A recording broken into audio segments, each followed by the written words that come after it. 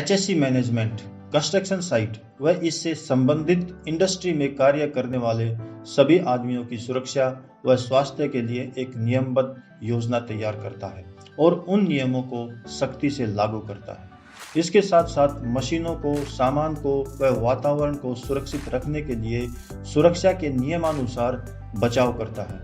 इसके अलावा HSE management द्वारा कंस्ट्रक्शन व संबंधित इंडस्ट्री में कार्यरत कंपनियों को और साइट व ऑफिस मैनेजमेंट को सरकार द्वारा बनाए गए कानूनों व नियमों की सूचना देना और उन नियमों का सख्ती से पालन करवाना भी है। एक्सीडेंट यानी दुर्घटना एक भयानक शब्द है और स्थिति भी है। इसी शब्द में छुपी भयावह स्थिति को अपने वश में करने के लिए HSE मैनेजमेंट का निर्माण हुआ है। आदमी जिस तरह से प्रगति के पथ पर आगे बढ़ रहा है, उसी तरह उसके सामने तरह तरह की दुर्घटनाएं देखने व सुनने को आती हैं। इन्हीं दुर्घटनाओं से बचने के लिए HSE मैनेजमेंट अपने तौर तरीकों से इंसान को सावधान करता है। इंसान की अपनी आवश्यकताओं की पूर्ति के लिए बड़े व छोटे औद्योगिकरण का निर्माण होता जा रहा है। इस तरह से बढ़ते औद्योगिकरण से कंस्ट्रक्शन और इंडस्ट्री में खतरे भी बढ़ रहे हैं। इन इंडस्ट्रियल हैजर्ड्स से इंसान व वातावरण को बचाना अनिवार्य हो गया है। HSE मैनेजमेंट के द्वारा ही इन खतरों को कम किया जा सकता है, या यूं कहें कि कंस्ट्रक्शन और इंडस्ट्री में खतरों से बचने के लिए सुरक्षा विभाग का बहुत बड़ा महत्व है। इंसान गलतियों का पुतला है। हर किसी की जुबान पर यह कहावत मिल जाती है।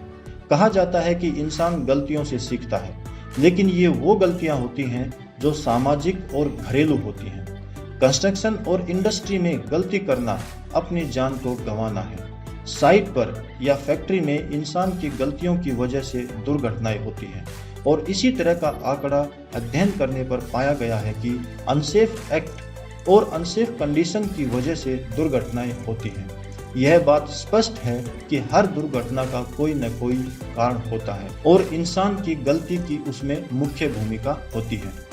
HSE मैनेजमेंट का कार्य कंपनी के वर्कर्स को, मशीनों को, सामान को और वातावरण को सुरक्षित रखना व साइट पर होने वाले खतरों को कम करना और दुर्घटना के रिस्क को कम करना है।